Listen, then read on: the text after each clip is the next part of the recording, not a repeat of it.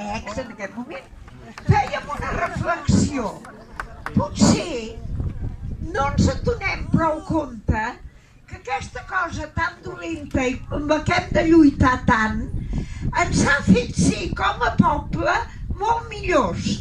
Aquesta disciplina, aquest estar aquí junts, el diumenge al dematí que tens ganes de fer una mica més el mandra i tot això ens està fent convertir en un poble enorme, grandiós, que no sé si tindrem el Premi Nobel de la Pau, però haver estat proposats ja és molt, perquè tot això ho fem amb la força de les nostres idees